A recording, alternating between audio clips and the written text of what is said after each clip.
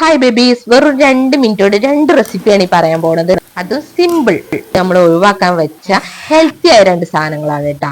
ഒന്ന് കറുത്ത നേന്ത്രപ്പഴം ഉണ്ടായിരുന്നു വീട്ടില്, അപ്പൊ അതുകൊണ്ട് ഉണ്ടാക്കിയ വീഡിയോ ആണ് ഫസ്റ്റ് കാണിക്കാൻ പോകുന്നത്. നേന്ത്രപ്പഴം തൊലിച്ചിട്ട് അതിലേക്ക് ഒരു പിടി മൈദപ്പൊടിയും ഒരു പിടി അരിപ്പൊടി ഇട്ടിട്ട് മഞ്ഞപ്പൊടി ആവശ്യത്തിന് ഉപ്പും കുറച്ച് പഞ്ചസാര ഇട്ടിട്ട് വെള്ളം കൂട്ടാതെ നല്ലോണം കുഴച്ചിട്ട് തിരുമ്പി വെക്കുക.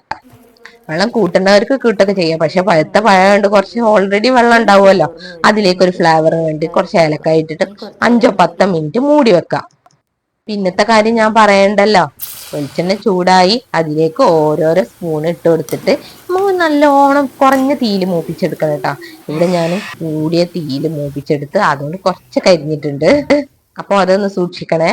പിന്നെ അടുത്ത വീഡിയോ ചെറുപഴം അല്ലെങ്കിൽ മൈസൂർ പഴം. ഞങ്ങളെ വീട്ടില് അതും പഴുത്തരിഞ്ഞിരുന്ന്. അപ്പൊ അതൊക്കെ ഓരോന്ന് തൊലിച്ച് അതിലേക്ക് ഉപ്പിട്ടിട്ട് ഏലക്കായ ഇട്ടിട്ട് പഞ്ചസാര ഇട്ടിട്ട് നല്ലോണം ഒന്ന് ഉടച്ചെടുക്കാം.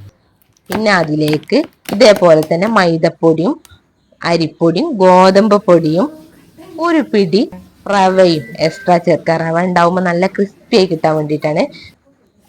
എന്നിട്ട് നമുക്ക് അതേപോലെ തന്നെ നല്ലോണം കുഴച്ചെടുത്തിട്ട് വെള്ളമൊന്നും ചേർക്കാതെ കുഴച്ചെടുക്കണം കേട്ടാ.